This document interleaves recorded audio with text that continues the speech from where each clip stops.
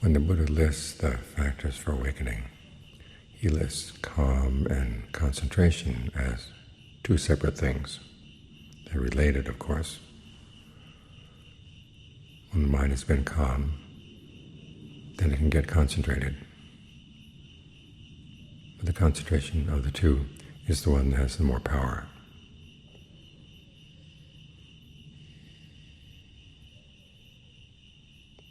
It has focus, singleness of mind. Everything gathers together right here. And that includes your inquisitive mind that wants to explore what's going on right here. And John Lee makes the point that in the first level of concentration, you've got some discernment in the directed thought and evaluation as you try to figure out what kind of breathing feels good. And then you don't just rest there. The feeling good, of course, can lead to calm. But then the calm, if it's not accompanied by some power, begins to drift off into delusion concentration. Basically what happens is that you leave the breath as your focus and you focus on the pleasure. The pleasure is very vague. And it's kind of like being in a cloud. Nice soft cloud. It's very comfortable. It's nice to rest. But there's work that has to be done. Simply getting the mind calm doesn't uproot your defilements. They just lie still for a while.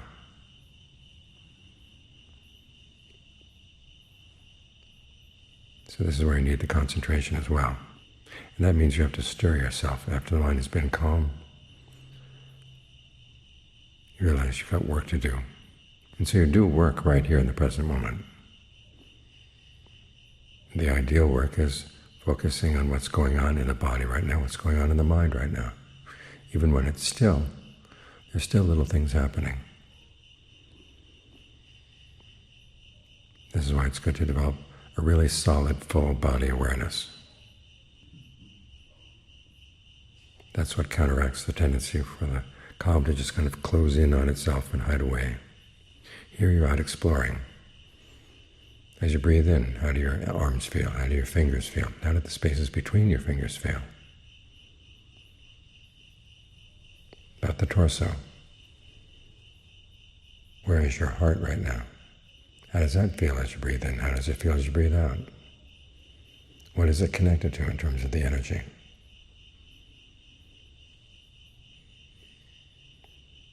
Where is there pressure on different parts of the body? Which parts of the body are actually doing the breathing? Which muscles are engaged? Which ones are freeloaders?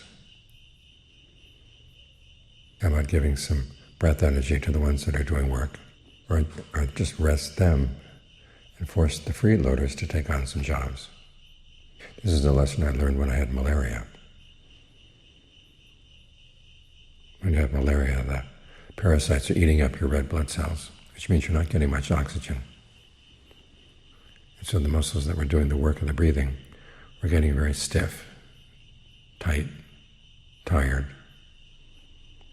because they were shouldering all the burden. And I realized that this is where John Lee's analysis of where the different places in the head you could focus on were useful. Think of the breath coming in right in the middle of the forehead. When you do that, there's a sense in the body that different muscles are involved. And the ones that were doing all the work got to have some rest, and other ones picked up the job. We don't have to wait until you get malaria to understand this and work with it. Where are the muscles that seem tight through the breath? Those are the ones that are usually doing the work. How about thinking of the breath going right into them? They're being nourished from all directions. In other words, stir yourself to do some exploration. Because after all, how are you going to find out about the mind unless you have this attitude that you have to explore? So you encourage this exploring attitude first with the breath.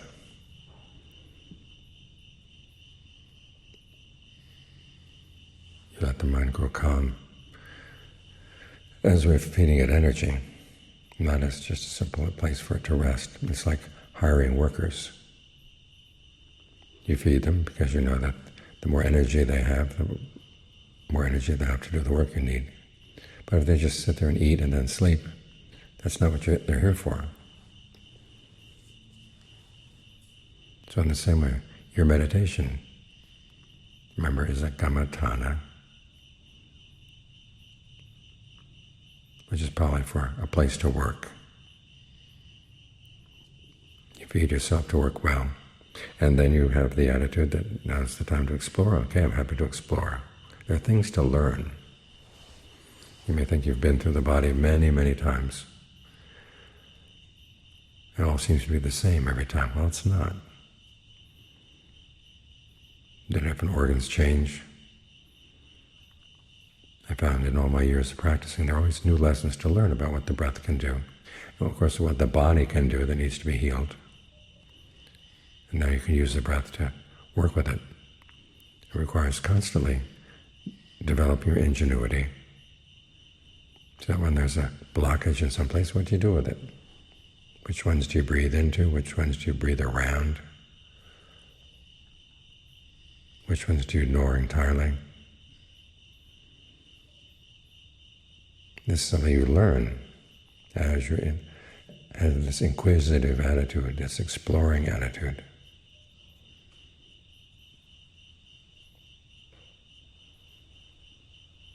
Think about it, John Lee. Of the various masters of the forest, he was the one who's reputed to have the strongest concentration. He also had the most inquisitive mind. We don't think of those as going together. We think an inquisitive person is thinking all the time, whereas a person in concentration is very still. Most of the power of his inquisitive mind, that he was able to master concentration. Because otherwise, concentration just becomes a hit or miss kind of thing. There are days when you can rest, and other days when the mind doesn't want to rest. What do you do on the days when it doesn't want to rest? This is where you take an interest. And finding new places to focus, new ways of picturing the breath energy to yourself. That, too, is something that John Lee would do quite a lot. You read in Method 2 his ways of having the breath go down the spine, out the legs. But then you read in some of his later Dhamma talks, he talks about the breath that comes in the soles of the feet, goes up the legs, up the spine. So are those two breaths fighting each other? Well, not necessarily. It's just one way of picturing it is good for some conditions of the body, and other ways of picturing it is good for others. And you see the power of your mental pictures, your perceptions.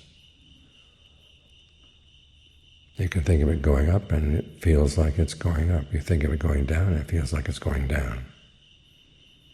Which is better for you right now? Develop your powers of judgment.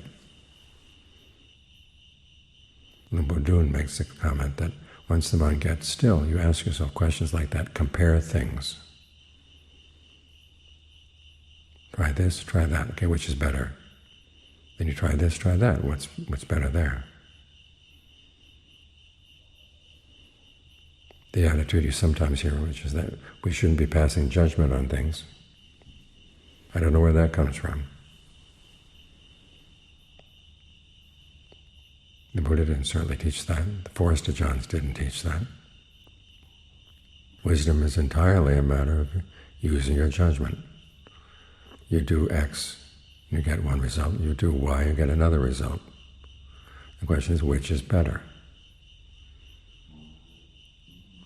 And when you can see the difference and see which is better, that's how your discernment develops.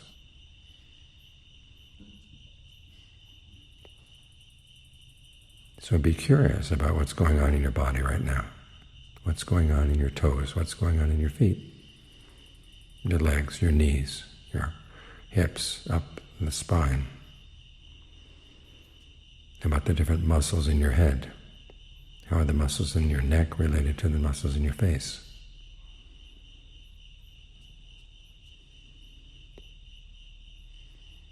body sitting right here. Learn from it. When you learn from the body, then you develop the right attitude, and you can apply that attitude to the mind. But if your attitude to the body is, well, let's find a nice little quiet corner to lie down and go to sleep, then we start thinking about the mind. Well, the mind wants to go to sleep too. Nothing develops that way. So rest the mind when it needs to be rested, but remember the rest is for the sake of work.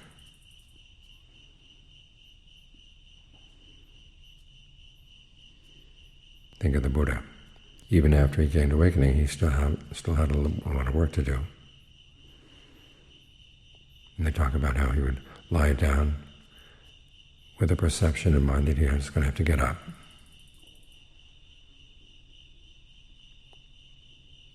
Every time he lay down, except for one. When he finally lay down between the sal trees on his last night, he lay down and that was it. No perception of getting up. That was because he completed all of his tasks. So until your tasks are all completed, remind yourself, every time the mind rests, it's going to have to get up.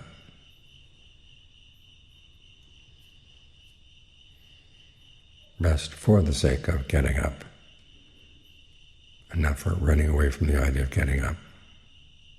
And you'll have the right attitude.